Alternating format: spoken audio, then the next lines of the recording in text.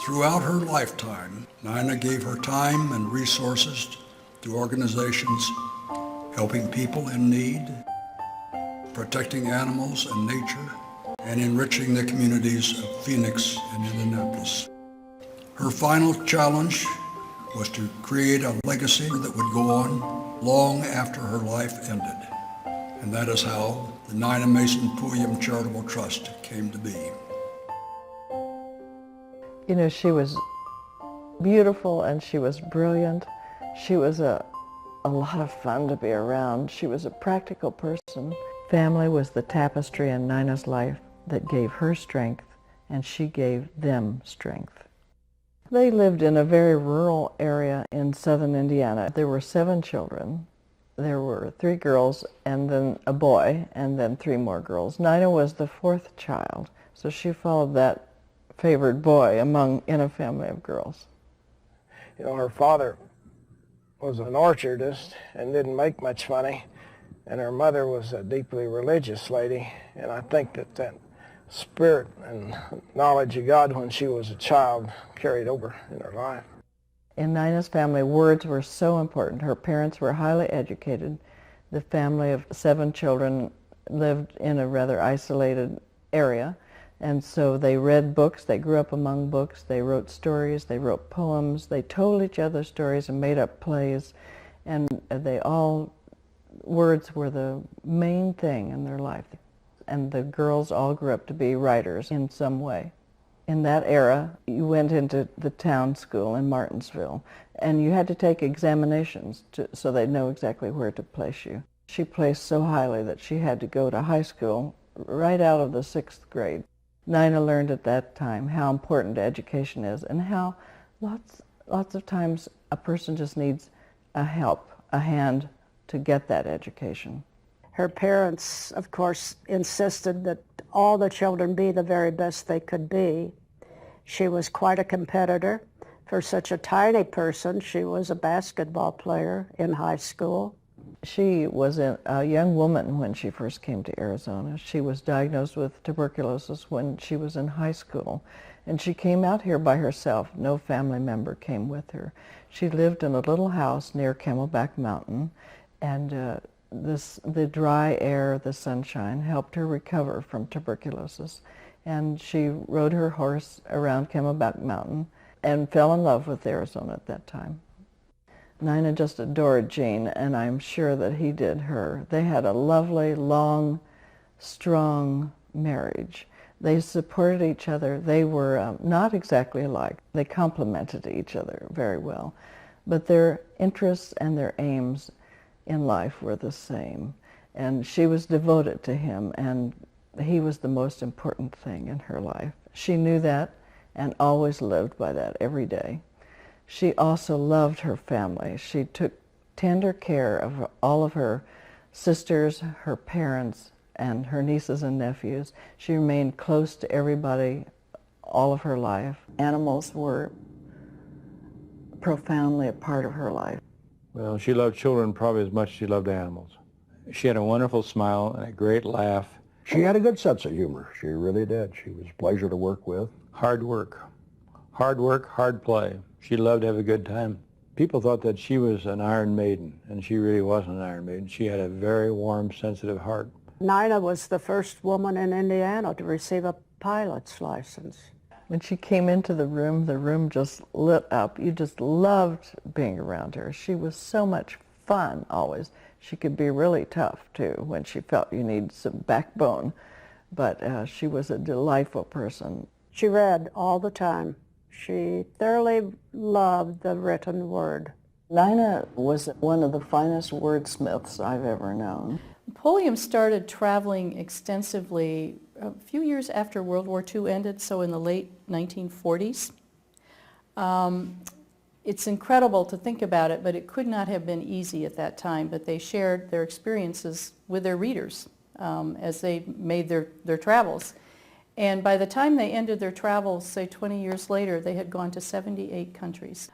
In the early 1950s, Mrs. Pulliam traveled alone for 4 months, covering 40,000 miles to see Fiji, New Zealand, and Australia Within a year of coming back home, she wrote and published a major travel memoir on her travels and experiences in Australia.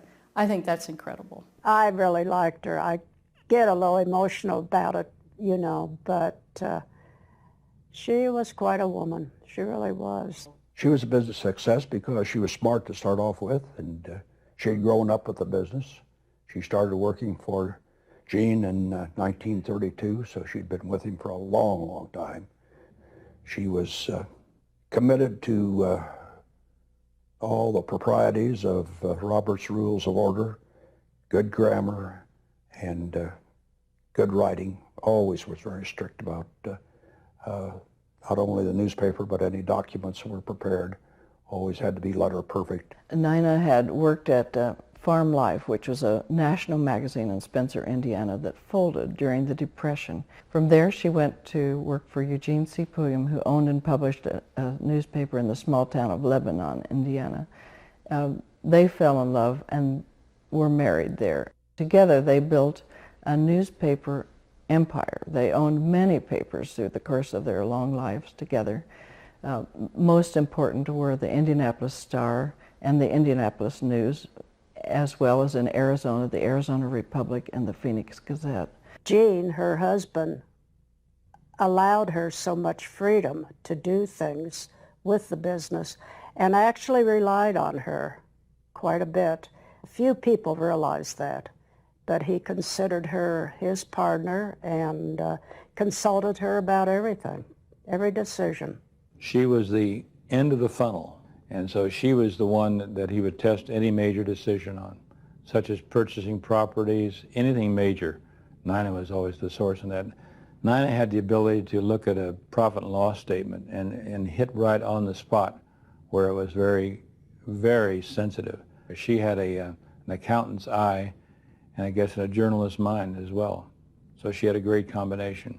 She was the businesswoman, Gene was the journalist. He was proud of her, I would say that. And she was good counsel to him, and I know he checked almost everything he did with her for her approval before proceeding. When she was publisher of the paper after Gene's death, there were some remarkable challenges there, financially as well as policy, and how to run the newspapers, how to cover certain types of stories. She handled those things very brilliantly. It was a wonderful experience to watch her do that. It was certainly a challenging time for the papers. And I think in a good business, the employees need to be happy with where they worked. And Nina had a definite concern for the life and well-being of her employees. We were the first paper to have a pension program of all the newspapers in the United States. The first newspaper to have a recreation center for its employees in Indianapolis and in Phoenix. And these were unheard of things. In fact, they were highly criticized by other publishers about, you're giving away too much. Nina always said she was a woman's woman. She believed that women are extremely capable and very strong and very smart. As she started out in business, women didn't have much role in business. She was able to break the glass ceiling, if you will, and she helped other women to do that. Nina made speeches all over the country to women's groups to inspire them, to say, if I did this, you can do it. I had people who were willing to give me opportunities. A lot of women aren't. And I believe that I had the opportunities that I had at the newspaper because Nina was there. I mean, Nina was pushing and wanted women to move ahead in a very male-dominated industry. She was the first woman ever elected to Sigma Delta Chi, and that was strictly through her own accomplishments. Nina said to me many times, you need to give back to the community in which you live. She practiced that, and she certainly believed it. Always a philosophy at the newspapers to give back in a very big way, a very generous way in the community. And that kind of philosophy starts at the top. That is why in the foundation, she insisted the money would be divided between the states of Indiana, where she was born and raised, and where they made their first investments, and then out here in Phoenix, Arizona. Once you achieved a certain level of financial security yourself to take care of your own family, then you needed to share your resources with the community. She felt that education was the foremost thing for anybody, and it provided equality to the races, it provided equality to the sexes. If you had education, you could stand on your own 2 feet. Well, she was real strong on education. She made sure that I went to college, even though I'm sure I wasn't.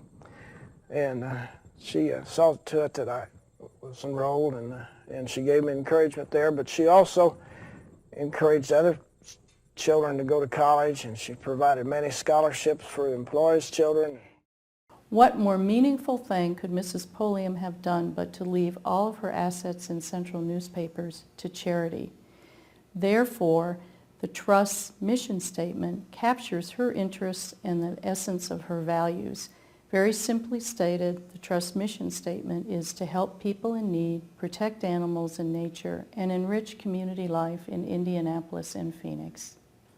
The Trust launched the Nina Scholars Program in 2001 after about a year of internal study in the field of education and college education, and looking and listening to not only the experts on college campuses, but also some of the recipients of our support through our grantees.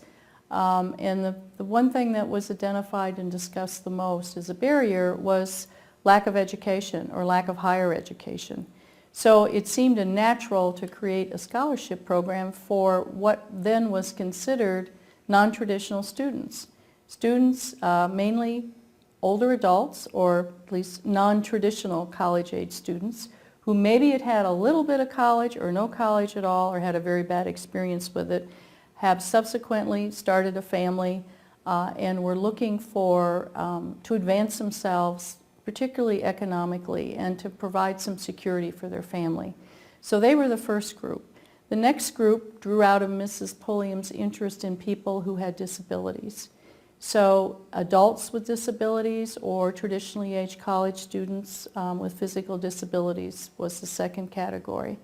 And the third looked at the needs of children becoming young adults who were growing out of age, out of child welfare system where they had been raised.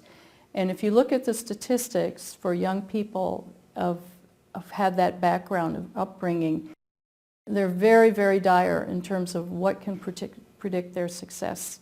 Often within a few years, 50% of them can be homeless. I hope that in 50 years, the Trust will have made great impact on the lives of many individual people and their families.